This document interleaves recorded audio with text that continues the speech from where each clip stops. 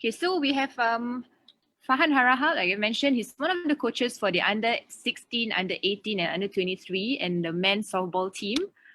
Yep, and he has been coaching the men's softball teams, and he's also the head coach for the Raffles Institution, coaching softball.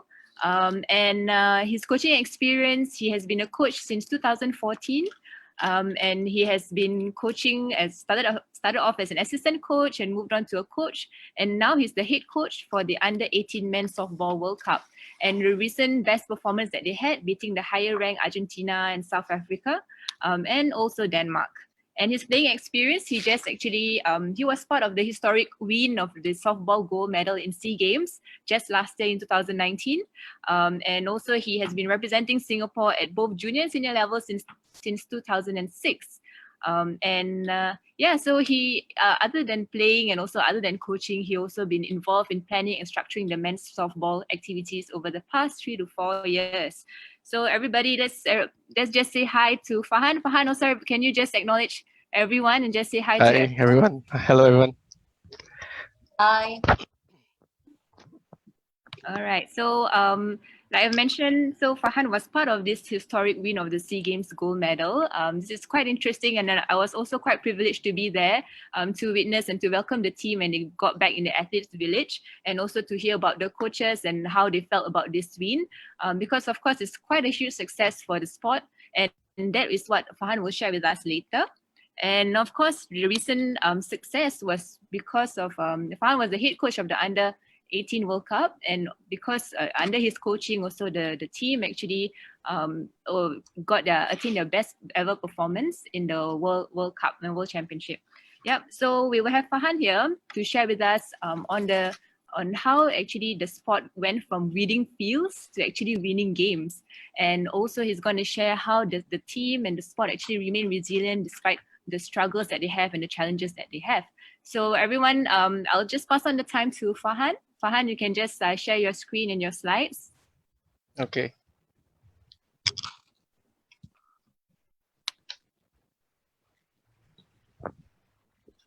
All right.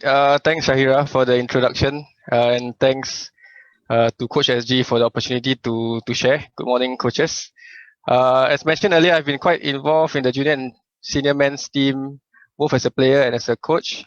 And today, the title of my presentation is From Weeding to Winning. I think I'll explain later the choice for this title, but in short, it's about how the men's team overcame some odds to do well in the recent competitions that we participated in. I understand that most of you here are coaches in schools, but I think although this is at the national team level, I think quite a lot of it can still be applied in the school context. So before that, I just want to show you our team. This is last year's team in terms of coaches, managers, and players. And I also want to qualify that the achievements that we've been able to make was not possible without these people. And I'm here to represent their success and also hope to represent their thoughts as well. And also I want to acknowledge those before us who have in one way or another contributed to our journey and success. So I'll approach this sharing from a perspective as a former player and as a coach, but I think more so as a coach and as someone who was quite heavily involved in shaping the program for the past few years. So it will be quite a bird's eye view of everything. So I'll start with a bit of a background about softball in Singapore. It started in the 1950s, 60s, and our NSA is Singapore Baseball and Softball Association, which takes care of 3 disciplines: women's softball, men's softball, and men's baseball. And for the men's softball team, I think prior to the last few years, our activities at the international stage has been quite sporadic. It's partly because our international federation and regional federation, they were not very consistent in organizing the tournaments. But more recently, the situation and system has improved, and we are now quite clear the tournaments held at the various age groups, where and when it will be held, and how to qualify, which has really helped our NSA a lot in our planning. So prior to 2018, which I would say was when we achieved a marked improvement. The men's team was finishing third in most of the SEA Games that we featured in. And at the Asian level, we were finishing maybe 5th to 7th place. And although we did participate in the 1972 and 1992 World Championships, this was actually not on a qualification basis. And also our ranking at the end of 2018, which was actually after one good tournament, it was 22nd. In general, I would say softball's growth has been slow and steady. In schools, I think it's been going up and down, but I think generally positive. Currently, about 80 teams participate across all divisions. Not 80 schools, but 80 teams. It means in all divisions, in the A, B, and C divisions. And I think there are about 10 to 15 primary schools. In terms of clubs, registered clubs, many, more than 30, but the active ones, 10, probably 10 to 20, which is really not a big number. So recently we did well in 2 major tournaments, and I will share a short clip of how it went. First in the SEA Games, where we beat Philippines, who have won almost every SEA Games gold medal, but we beat them 6-1 for the gold, and it was a historic first for Singapore. So the video I'm about to show is the last play of the game. Unfortunately, there was no professional coverage of the game, so apologies if the video is really not that up to par.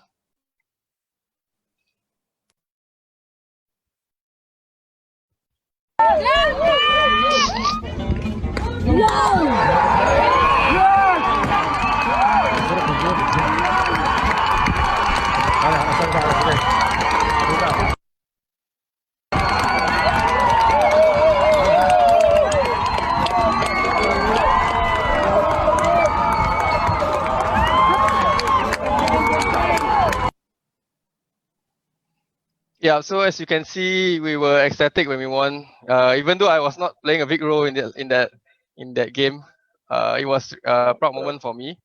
I think it meant especially a lot to the senior players who have been in the system for many years before that. I think as a team, we knew all along that we could win the game, win the tournament, but when we actually won, of course, it was surreal. Yeah, and the other more recent achievement was in the Under 18 Men's Softball World Cup. This was just a couple of months ago, actually, where we beat South Africa, ranked 10, Denmark, ranked 11, and Argentina, which actually ranked 2nd. And here's a highlight of our 8-3 win over Argentina for the opening game.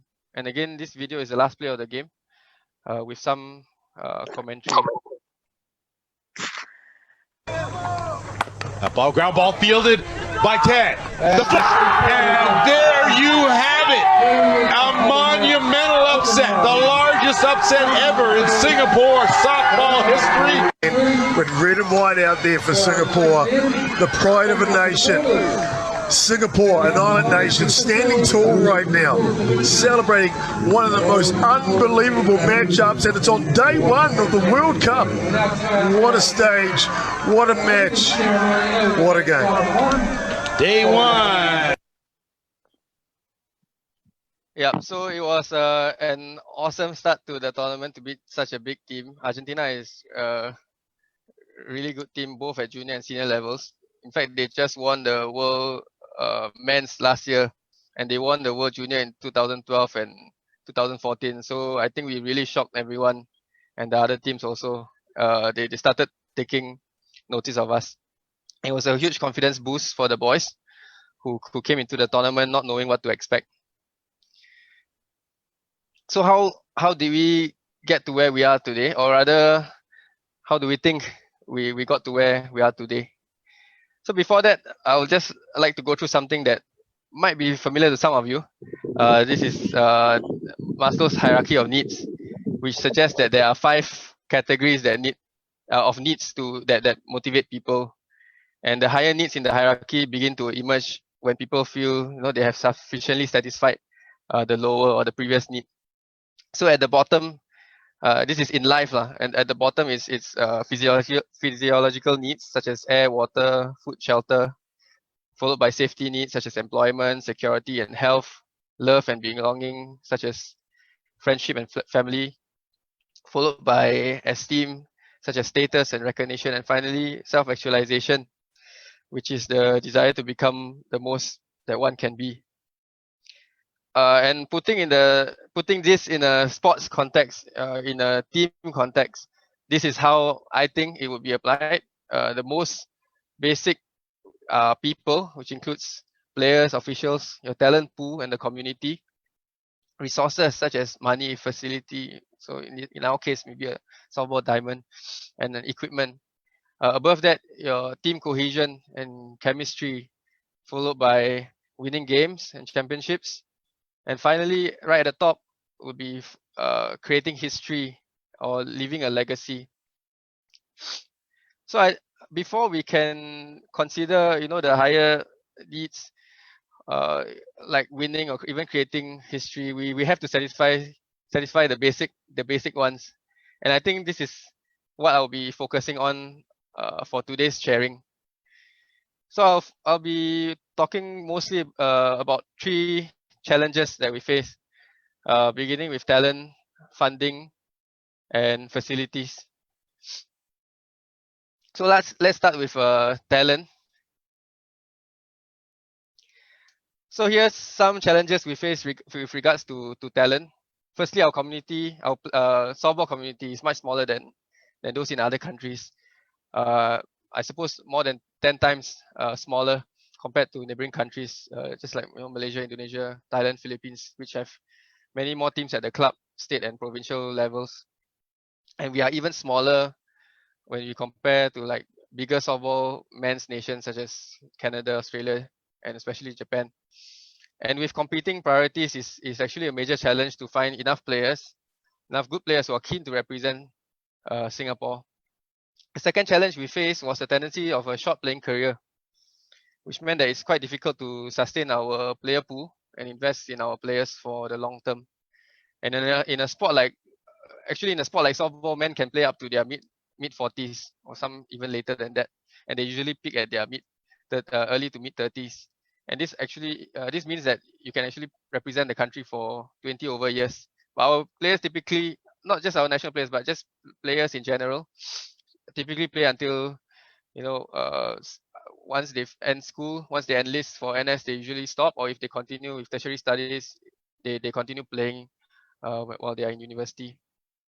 But once they start working, they might choose to stop playing because of personal commitments. The other thing is success at an early age. We might also shorten these playing careers. We've had a number of players representing the junior team at Asian or world events, and they have done well. They are of star quality, but have gone on to pursue other things in life. So how do we deal with it? Unfortunately, we are not in a position to, as coaches in the NSA, we're not in a position to develop the sport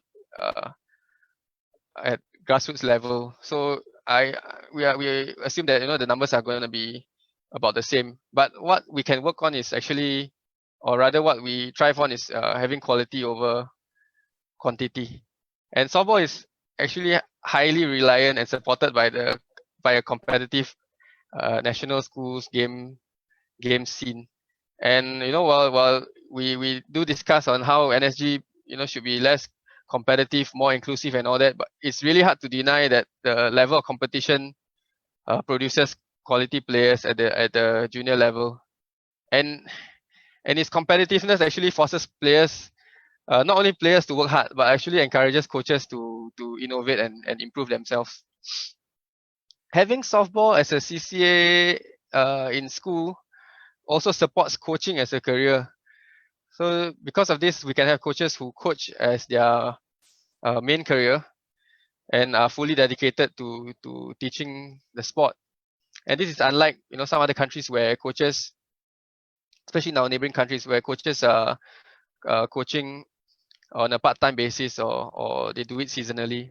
And this helps in the development of better fundamentals and technical ability of our school softballers. Another result of the NSG is that our athletes also have a or have a chance to have a long school sporting career from primary school all the way to junior college. And this allows them to be introduced to the sport early and pick their interest in softball.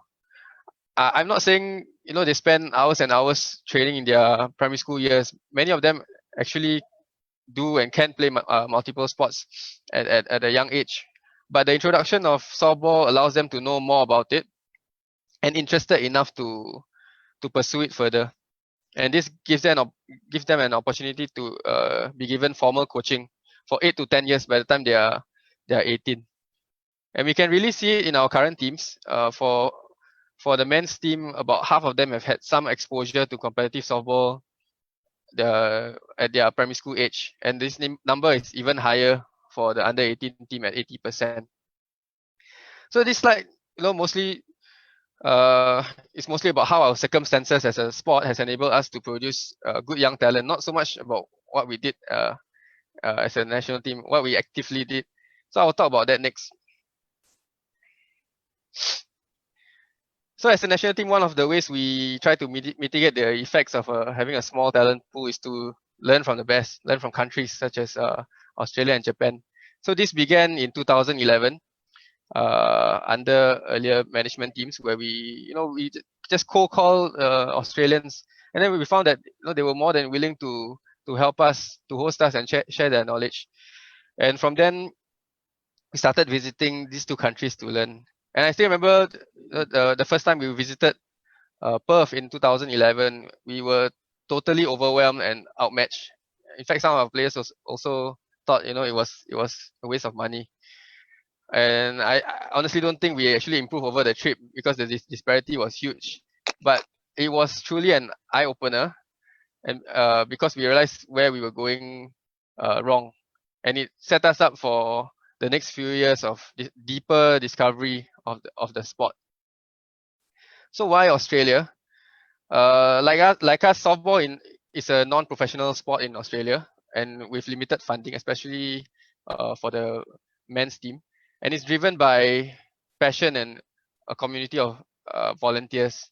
The athletes are also self-funded. We talked to them and we found out that even the best players, the stars, they had to co-fund their trip. They had to pay for their trip. They had to raise funds by selling food, like selling hot dogs, organizing barbecues, organizing lucky draws and all that. Yeah. And despite this and having a small community, if you compare them to Japan, they still manage to consistently produce top talent at both the junior and senior levels. The last point is more of a practical reason. Australia is pretty nearby. We visit a couple of states, but for example, Perth is just a 5-hour flight away. And of course, there is no language barrier, so we really can understand, I would say, deeper what they are trying to explain to us. So not just at the surface level.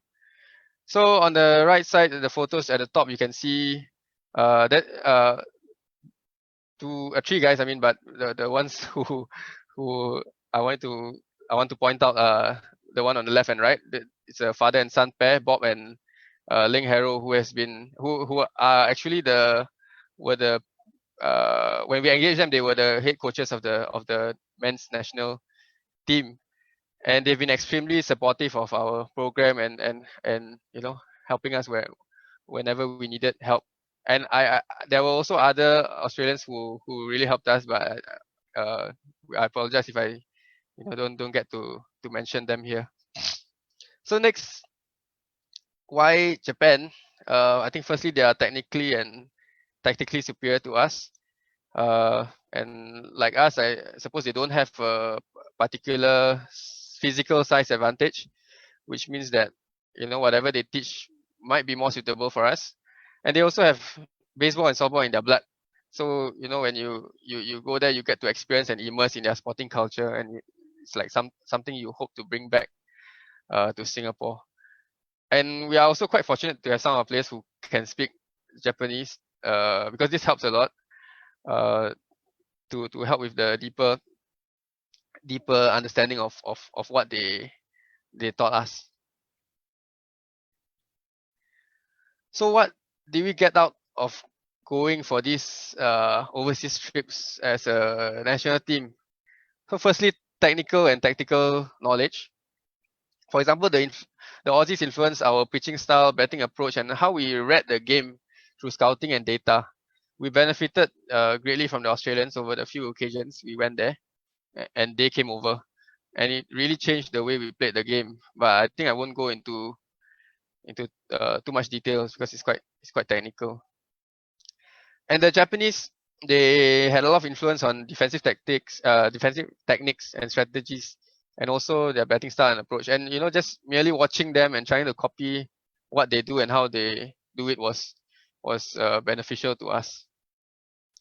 So additionally, some of the coaches and players of the national team are also school coaches as well, and the knowledge quickly trickle down to their teams once they get once they are bought in. And a small community allows for quicker spread of this knowledge. So within a couple of years, we were adopting styles of play of countries we previously visited. We started swinging like them, using the same bats as them also, and of course more than that. And we were collectively getting better at the sport. So after that, the national men's and junior teams were also becoming more diverse, with players coming from more clubs and schools. And I think that's a testament to the improvement that had occurred across teams. But of course, there's still much to be done in this area, because we haven't reached across like every team in Singapore or the school system yet.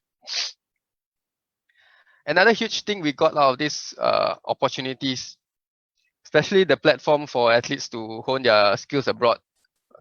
With their parents' strong support, some of our players actually trained and competed with the Australian teams.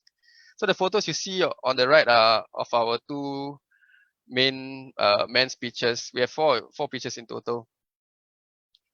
This is Jerome and Aloysius, who played a major role in our recent success at the men's level. And both of them, with much of their parents' support and the opportunity given by the Australians, were playing and competing regularly in the Australian Nationals, which is actually their interstate championships. So both of them represented ACT, or Australian Capital Territory, in which is Canberra, on multiple occasions at under 19 and under 23 tournaments. And for Jerome, he also had some connections with the New Zealanders. He lived in New Zealand and he lived in Perth for a couple of years. And of course, coupled with their talent and potential, they got really good. And this had a ripple effect on everyone, beginning with the other local pitchers. So the standard they have set in terms of ball speed and movement has now become the Singapore pitcher standard. And other pitchers start to work hard, knowing that these standards are not impossible to achieve. Then after that, the ripple continues. When the pitching level of pitching improves, the level of batting will follow suit. And the competitive nature of our players made sure that they were always trying to one up each other. And with the learnings from overseas, which had spread, whether or not the players have been to these countries, the level of batting improved tremendously. So the last point is that we learned the structure and organization of the sport in these countries, from managing teams to organizing tournaments, and we try to apply it to our local setting.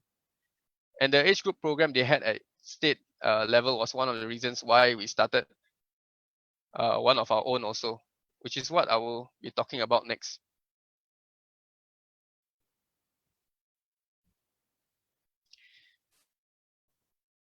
So apart from going overseas and learning from these countries, another important solution to our limited pool of players was to focus on youth development.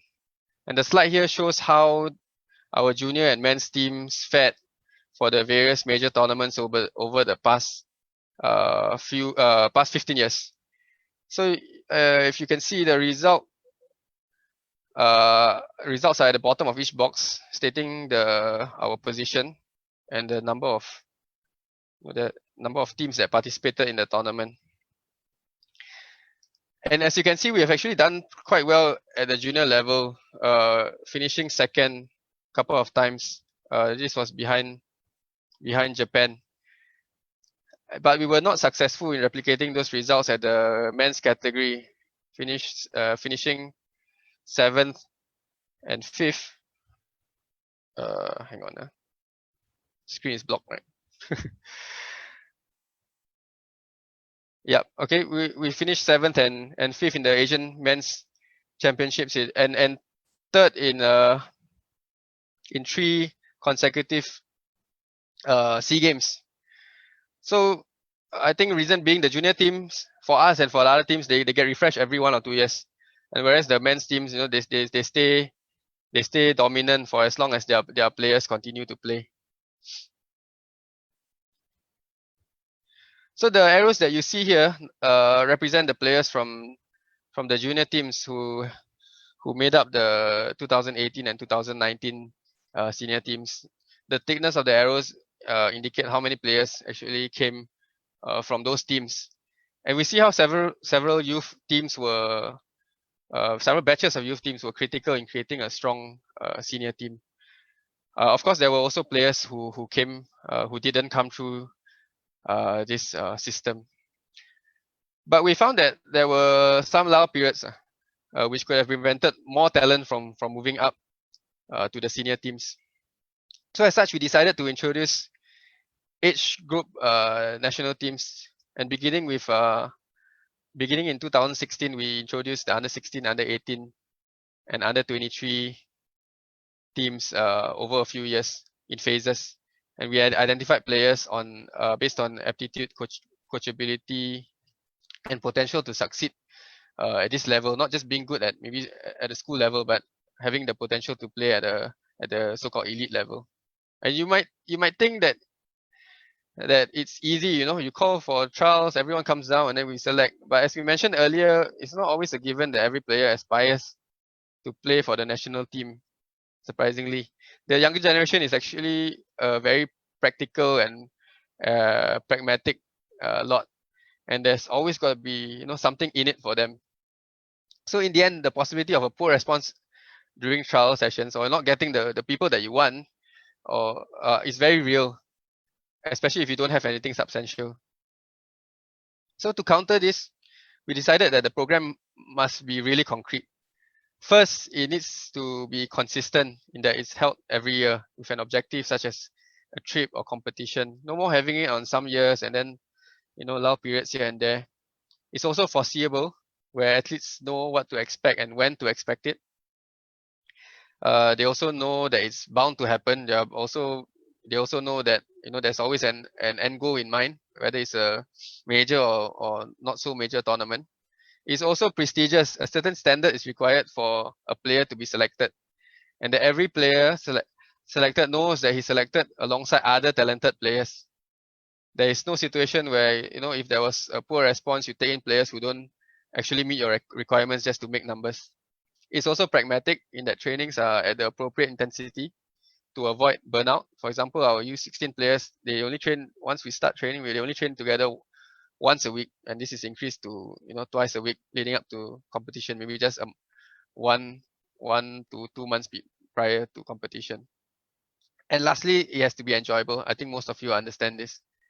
So all these are such that we are able to build a reputation and become something that the boys want to become a part of and look forward to.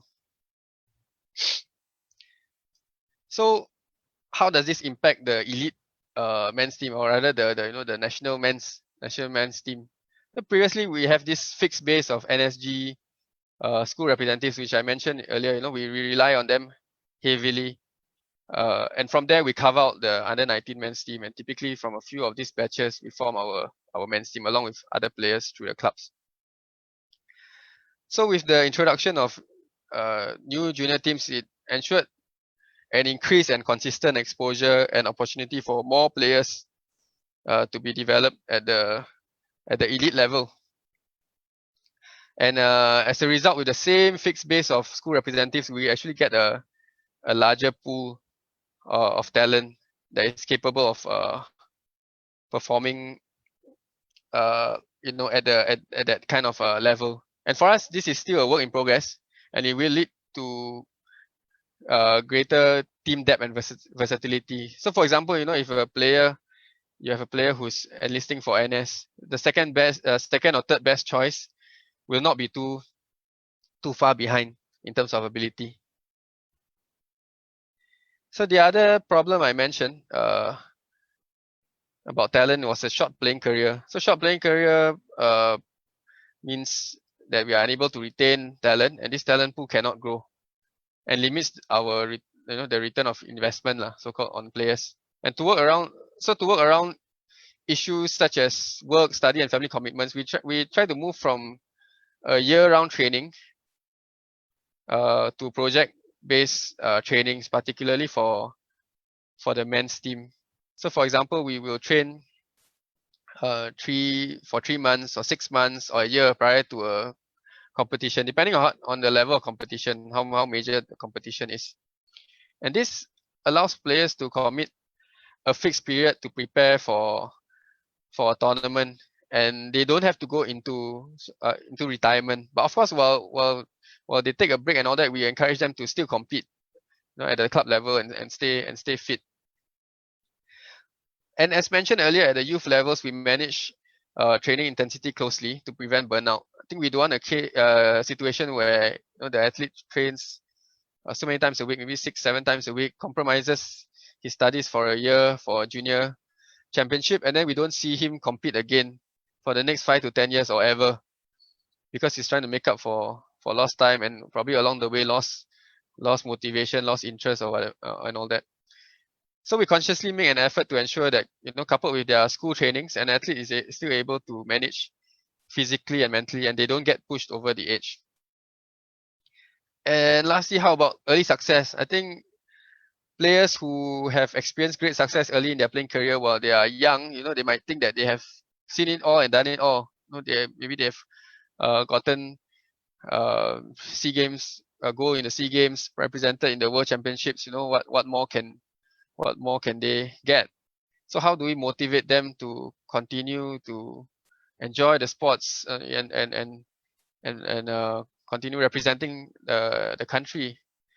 Unfortunately, it's not something that I have an answer to. We're still figuring this out also. So if you have any ideas, I hope you can share with us later.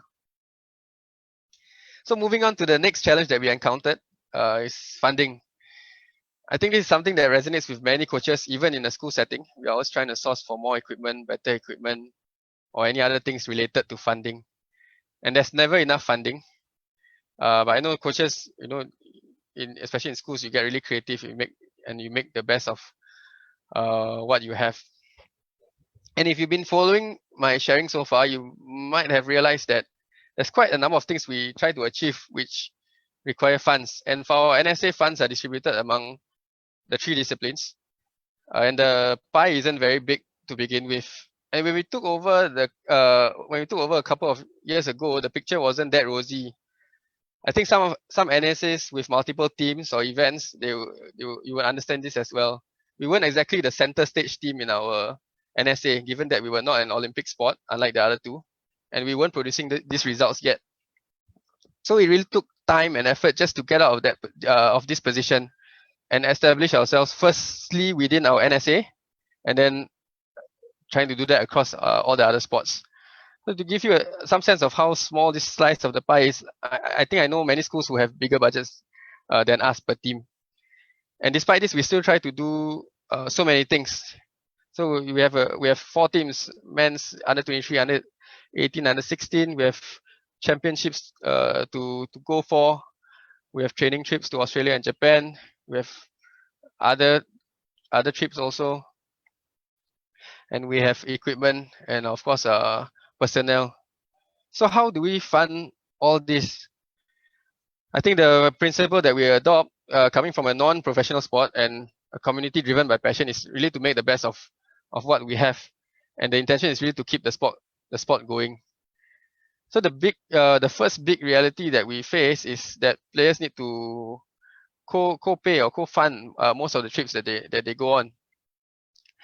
Players are made known early that most of our trips are on a co-payment basis, and this expectation is set early to allow those with financial difficulties to make necessary arrangements.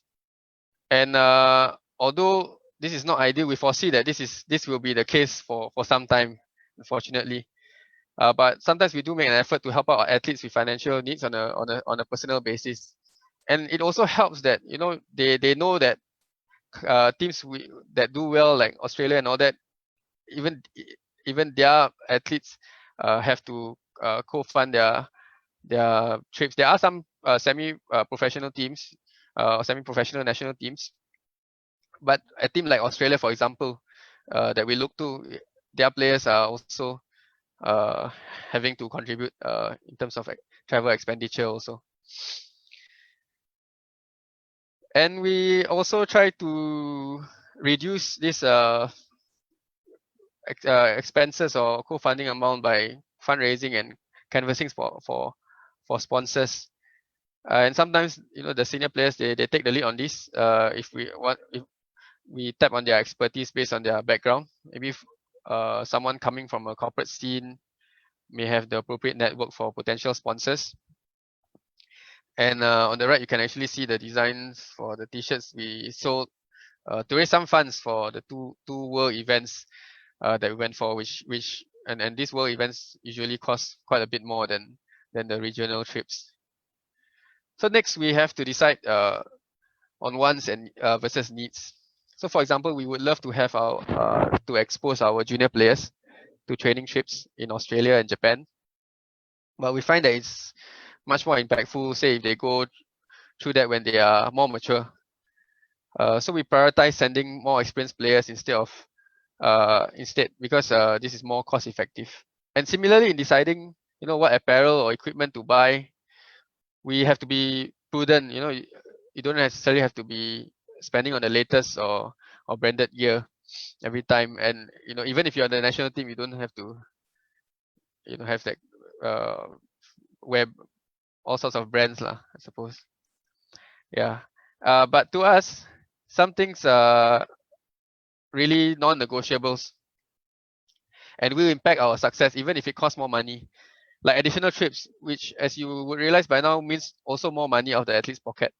For every major tournament, we try to go for a training trip or a tournament about one or 2 months prior to get everyone on the same page, to prepare themselves physically and mentally. So this is something that we don't compromise. Having critical personnel on major tournaments is also a non-negotiable to us. We were questioned a couple of times as to whether we really need to bring a pitching coach along for a major tournament, which will incur more costs. But for us, the pitching coach is an extremely important position in a big team of 17 players, and it will actually impact the outcome quite significantly.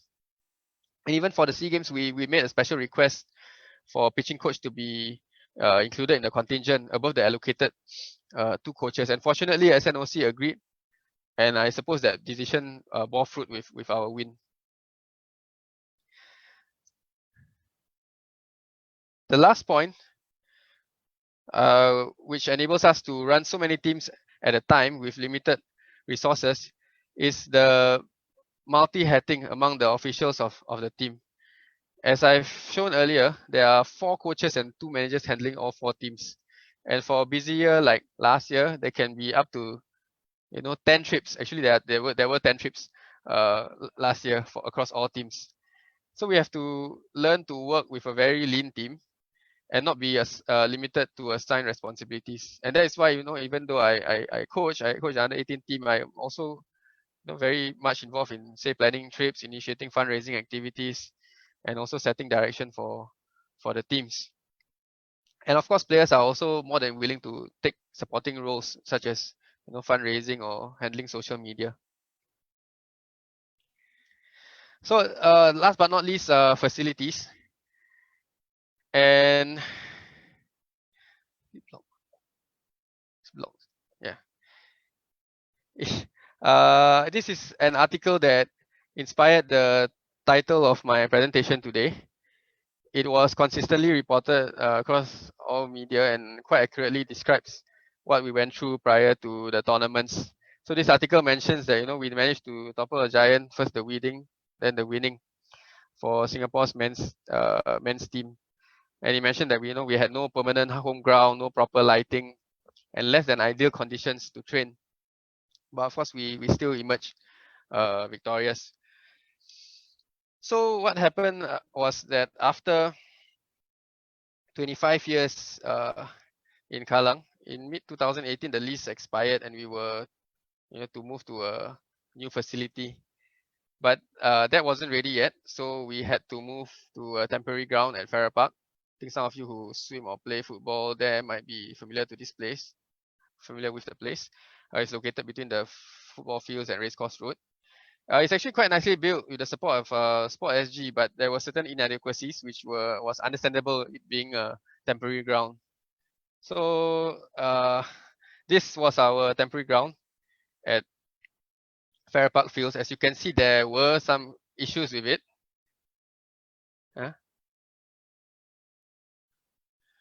Also, that for one, the ground was inappropriate because we usually play on skin in field, which is made of clay and sand, and to make it worse, it's also uneven with bumps caused by weed, roots, and of course there were also some potholes. On the bottom right, you can see parts of the field that were more used and became difficult to play on. Also, there was limited lighting for night training. On the extreme bottom right, you can see the generator and light fixture. We were given 2 of these to help us with our night trainings. It was quite a chore to set it up and tear it down on a regular basis, and it was really not ideal to light up enough of an area to accommodate a full training squad. On the left, you can see trash and some cardboard boxes. Because we were so close to the public, there was a lot of trespassing and unauthorized use of our training areas. I mean, it's not difficult to trespass lah. Okay, and by the members of public during the night, and they left all this trash and rubbish all over the place. But I suppose no excuses. Hang on, yeah. So we adapted training methods to suit our limitations, and with limited lighting, we assign the more critical drills where you actually need to see the ball for safety reasons. We assign those to the more lit areas, and maybe the other players who are doing something less critical, or rather like static batting drills and all that, we assign them to the dimmer areas. And also we often joke that if you are able to hit the ball in the dark, you are definitely going to be able to hit it when there's light. So the seniors, juniors, and officials, they also take personal responsibility for our ground. So I'll share some stuff that we did.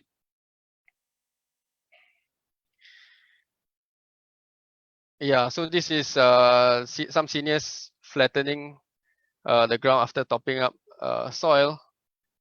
And then you can see some juniors here using shears. They cut off weeds or creepers which are on the fences.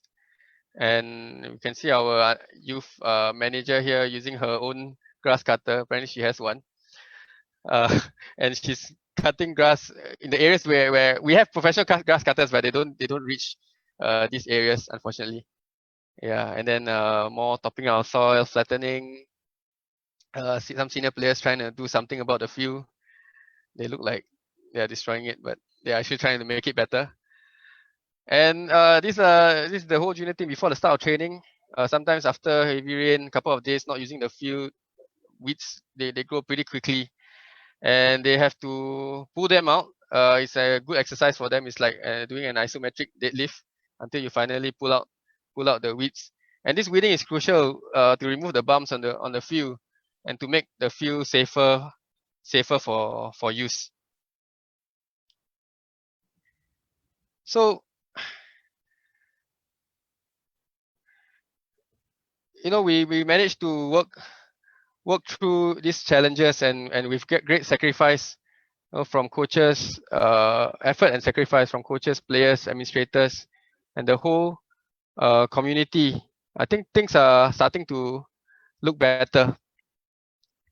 So some signs of success.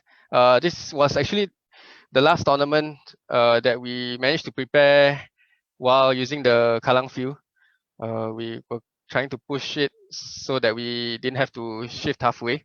And we did well, finishing third place behind Japan and Philippines in the Asian Championships in Jakarta. And for this tournament, the top 3 qualifies for the world event. So this was the first time we actually qualified. And the year after, we played in the World Championships that we qualified for. And we beat higher ranked teams, South Africa and Philippines. And I think, if I'm not wrong, this was the first time we beat Philippines in for as long as I can remember. Actually, I don't know if we have beaten them ever before this. And this a couple months later, this was the under 17 men's Asian Championship, where we finished second place. The top 2 of this tournament qualified for the world event. This was held in Skudai. And of course, this was hang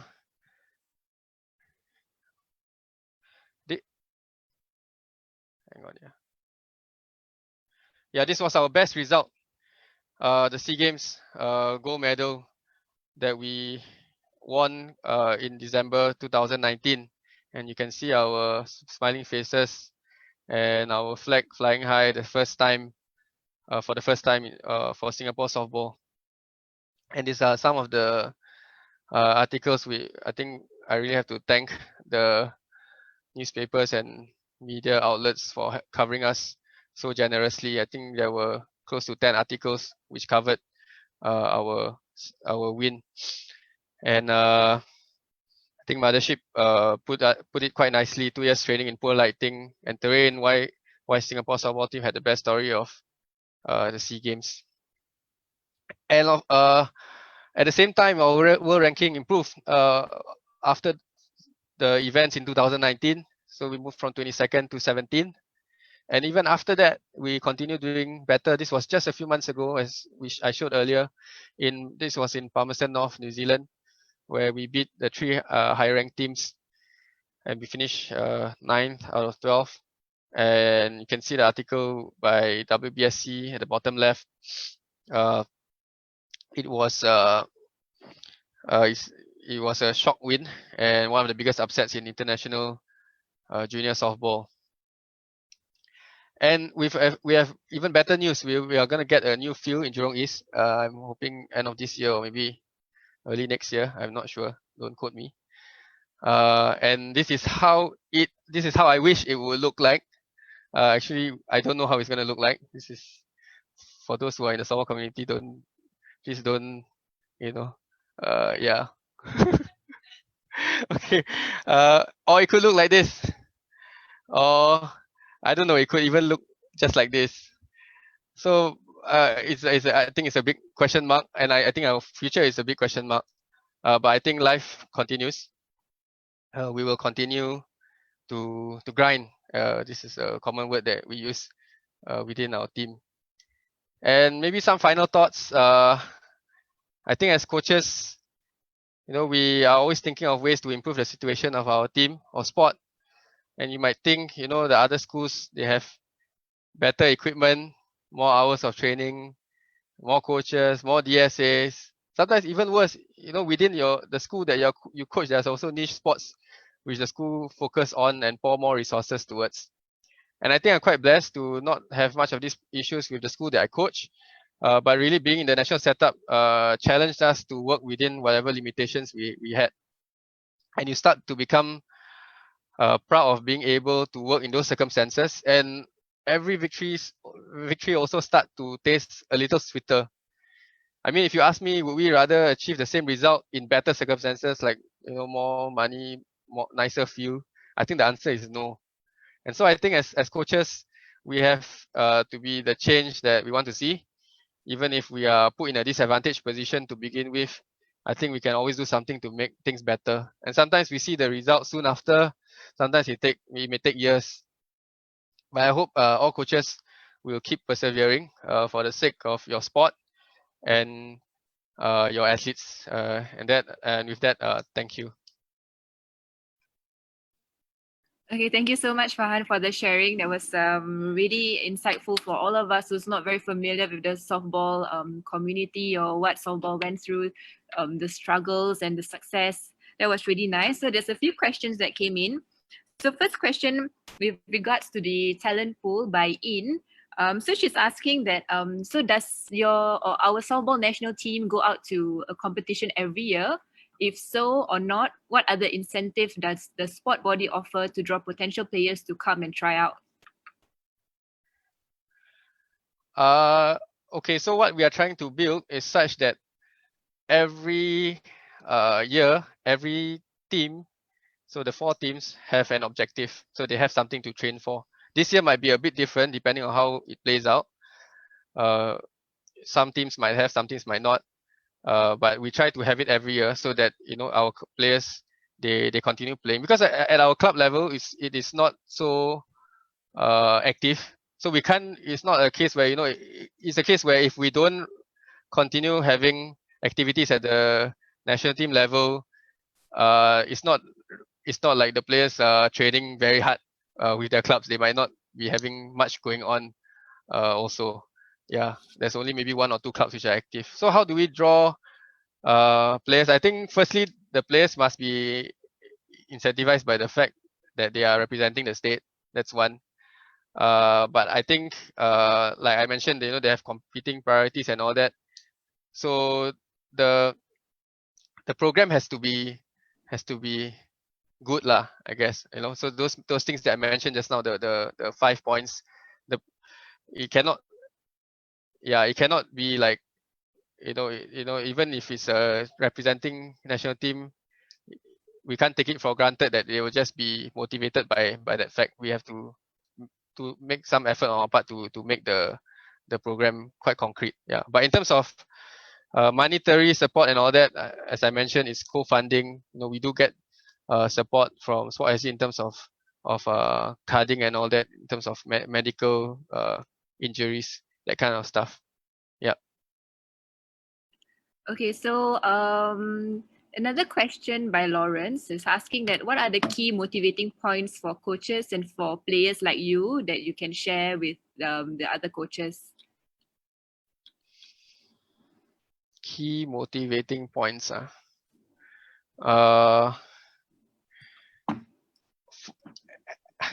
For me to, sorry, as a player, is it? Or okay, so maybe maybe in this instance, let's say when we were training last year, I think the main motivating factor was that actually we knew that we had a really good shot at doing well this time. That vision of what you see on your screen now is that vision was in our heads throughout. So that really kept us focused, and nothing stood in our way in a sense. There was very little complaints. It helped that we were told much in advance that we were going to lose the field, so we were quite mentally prepared. And after a while, we got into a routine, knowing that we have that end in mind. We got into routine. We got used to these limitations lah. Yeah, and I think as a coach, like I mentioned just now, or as a team rather lah, as men's softball, how we motivate ourselves is, I guess, the hope that things will get better. That we hope to get a better feel eventually. Hope to get more funds. Hope to get more support. Hope to have more people playing softball.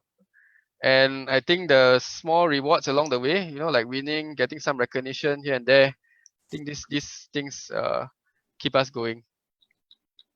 Okay, moving, I think relating to that question, another question is, as a former athlete and also a coach, how do you continue to keep the morale up for yourself, for your team as a coach, and also for your sport? I mean, despite all the struggles that you guys face, and how do you continue to keep that morale up? I think it's what I answered previously. But for as a coach to the players, I would say, especially the junior players when they come from schools, and some schools have better facilities than the national team. Unfortunately, so it can be quite a culture shock for them when they get to the field and then they realize it's in that state. The fact that I didn't know I had to pay for my own trip, or I have to dig out the ground and start flattening the ground or whatever as part of being in the team. So I think they get used to the culture of the team quite quickly. I mean, this is something that if we tell you the seniors are doing this, obviously it's easier. It's an expectation for the team. And like I mentioned earlier, the program has to be good. So hopefully they can shift their focus away from the ground condition and the money that they have to spend on the trips. We try to make it enjoyable, competitive, and it has to be something new and more advanced than what they are learning from their school program. And something that maybe motivates them also is trying to live up to the standards of the other men's teams, which are doing well. And results of the senior teams can also motivate the junior teams and vice versa. So I think once you have some success, I think it's easier to roll that success to the other teams around it. Yeah. Okay, and another question is because of your win as an athlete for your win in the 2019 SEA Games, and then was it a really huge motivator for you as a coach to actually achieve the results in the 2020 in the World Junior Championship? Was it a huge motivator, or was it pressurizing for you? Yeah, I think there was a bit of pressure, and of course we are also trying to show that it's not a one-off success. You see, it's not maybe just this batch of players. We are hoping to show that it's in a way a systemic thing that we can replicate throughout all teams.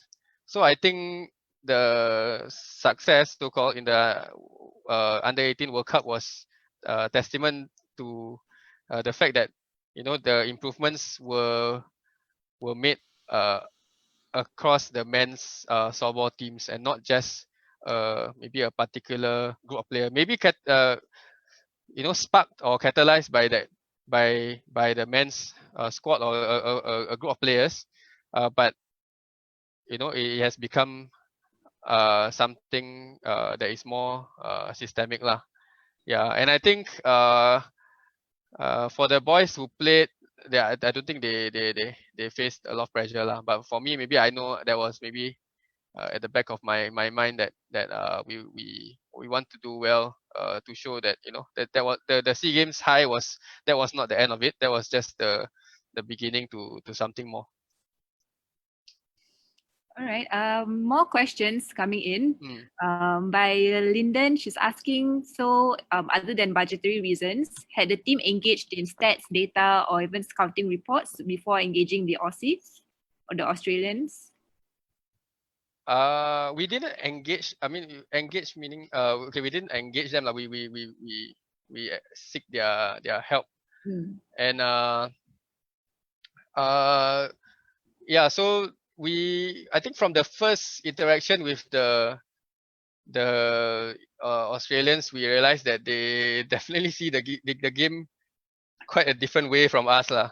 Definitely way more advanced in terms of reading the game. And actually in the first instance you only get that. You only get the fact that that they do it differently or that they are more advanced. You don't actually figure out how to do it, although they tell you lah. It just doesn't sink in lah, I guess. It really takes a few interactions with them. So that's why we needed multiple, them coming over, we went there and all that to actually let that sink. and then we are bought in, and then we understand it deeper, and then we can apply in our setting. And for the tournaments that we participated in, stats and scouting reports are actually a big part of our success. It's not something that you can see when you watch the game, but we do quite a bit of it. Whether it was for the Worlds, I mean, even if you don't have a chance, even if it's a very dominant team, stats still helps you to narrow the score line. Yeah, and so even for the SEA Games, it was a important thing. Yeah, but we didn't depend on stats to engage the Aussies lah. This is something that we learned from them and apply for our own games. Yeah, but we know they are good at it. Okay, so before I take on more questions, I was just gonna, because I'm mindful of time and I understand some other people may have other appointments, so I'm just gonna give you guys, show you guys the feedback link.